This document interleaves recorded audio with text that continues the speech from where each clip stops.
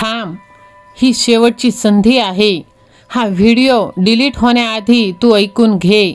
साक्षात स्वामी तुझी गरिबी दूर करण्यासाठी आले आहेत. होय बाळा, विश्वास ठेव. तुझी स्वतःची जर किंमत तुला वाढवायची असेल तर हा संदेश तुला ऐकून घ्यावाच लागेल. कारण बाळा, मी पाहिले आहे, तू खूप चांगला आणि मेहनती आहेस, तरीही लोक तुझी किंमत करत नाहीत.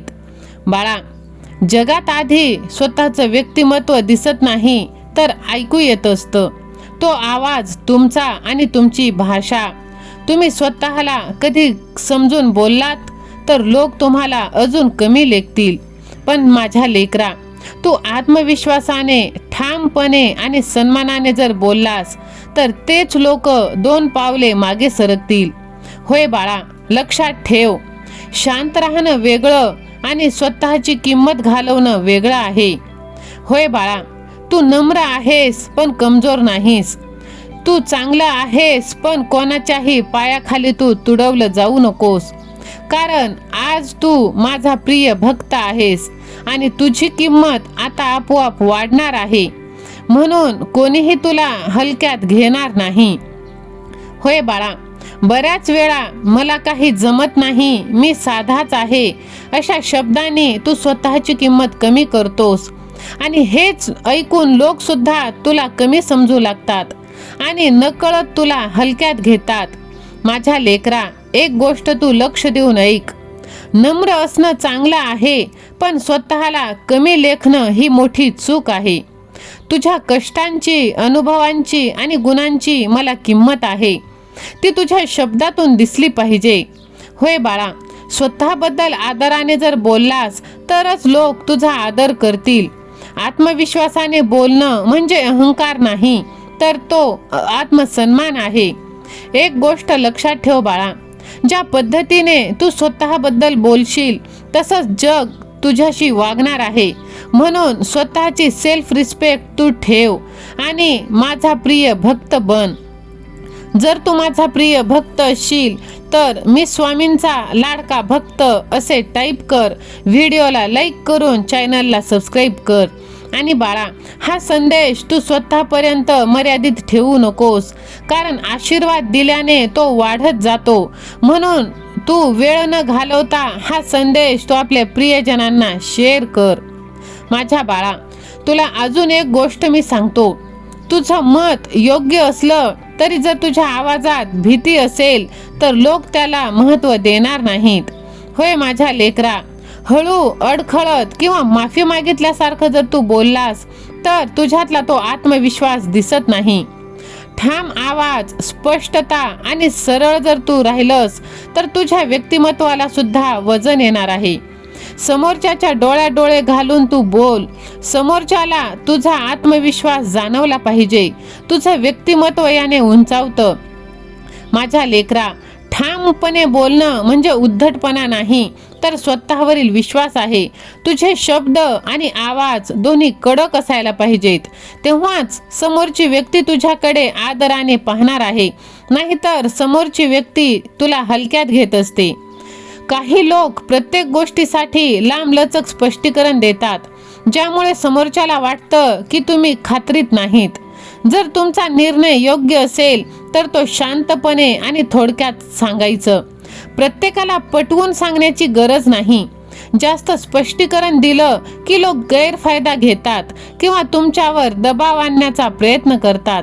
बाळा, ठाम बोलणं आणि थोडक्यात बोलणं ही तुमची किंमत वाढवतं. शब्द कमी पण वजनदार असावेत. बोलताना आत्मविश्वास हा स्पष्ट दिसावा. योग्य मर्यादा आणि स्पष्टता दोन्ही महत्त्वाचे आहेत. मर्यादा स्पष्ट शब्दात सांगा. कोणी चुकीच्या पद्धतीने बोलत असेल तर गप्प बसणं योग्य नाही. बाळा, ठाम पण शांत शब्दात सांगा की तुम्हाला काय मान्य आहे आणि काय नाही. सुरुवातीला मर्यादा स्पष्ट केल्या तर पुढे जाऊन तुला त्रास होणार नाही. बाळा, स्वतःसाठी जर उभं राहिलंस तर लोक तुझ्याकडे वेगळ्या नजरेने पाहतील. जिथे गरज आहे तिथे तू नाही म्हणायला शिक. होय माझ्या लेकरा, मर्यादा जपणं म्हणजे स्वतःची किंमत जपणं आहे. बाळा, तुझा सन्मान तुझ्याच हातात आहे आणि लोक आपोआप तुझा आदर करायला लागतील. हे बोलून तू स्वतःच्या व्यक्तिमत्वाला अधिक ताकद देत आहेस आणि भिवू नकोस, मी तुझ्या पाठीशी आहे. लोकांनी जरी तुला कमकुवत समजलं तरी मी तुला एकटं सोडलं नाही बाळा, कारण मी तुझ्या सदैव पाठीशी आहे. माझ्यावर विश्वास असेल तर स्वामी सेवा आणि मी असे तू टाईप कर आणि हा संदेश तू आपल्या प्रियजनांना शेअर कर. माझ्या बाळा, एक गोष्ट तू लक्षात ठेव, कितीही परिस्थिती वाईट असो, कोणत्याही परिस्थितीत लगेच प्रतिक्रिया तू देण्याऐवजी आधी विचार कर.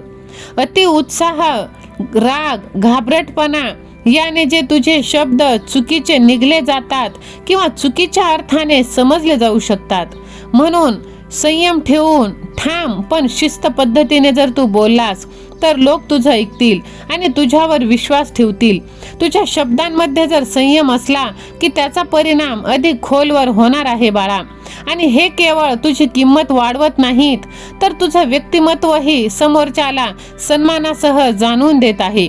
संभाषणावर जर तू नियंत्रण ठेवलंस तर लोक तुझ्याकडे आदराने पाहतील आणि तुझ्या निर्णयाला वजन देतील. त्यामुळे बोलताना विचारपूर्वक आणि संयमित राहून बोलणं खूप महत्त्वाचं आहे बाळा. होय माझ्या लेकरा, तुझ्या शब्दांमध्ये जर स्पष्टता असेल, जर तू बोलताना शब्द जर अस्पष्ट किंवा गोंधळात टाकणारे असतील तर समोरच्या व्यक्ती तुला समजून घेणार नाही. तुझ्या शब्दावर विश्वास ठेव. जर तू अडखळत बोललास तर लोक गैरसमज करतील आणि तुझ्या इच्छेनुसार गोष्टी होणार नाहीत. सरळ शब्द, ठाम आणि स्पष्टपणा तुझी किंमत आपोआप वाढवेल.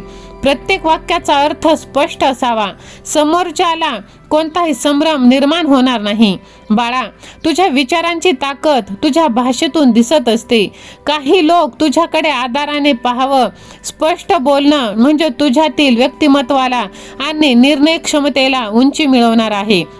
म्हणून तू सकारात्मक राहा, पॉझिटिव्ह राहा आणि प्रभावी भाषा वापर. दुसऱ्यासमोर बोलताना नेहमी सकारात्मक शब्द वापरण्याचा प्रयत्न कर. निगेटिव्ह किंवा तक्रारीच्या स्वरूपातील शब्द ऐकून समोरच्याचे मन बंद होऊ शकते आणि तुझा प्रभाव कमी होऊ शकतो. म्हणून तू सदैव सकारात्मक राहा, पॉझिटिव्ह राहा आणि ती पॉझिटिव्हिटी तुला येणार कोठून तर ह्या भक्तिमय चॅनलमधून.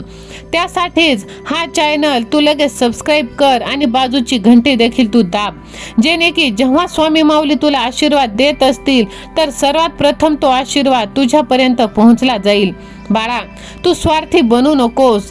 तू हा संदेश आपल्या प्रियजनांना, कमीत कमी 5 जणांना शेअर कर आणि महाराजांचे आशीर्वाद अजून जास्त प्रमाणात प्राप्त कर.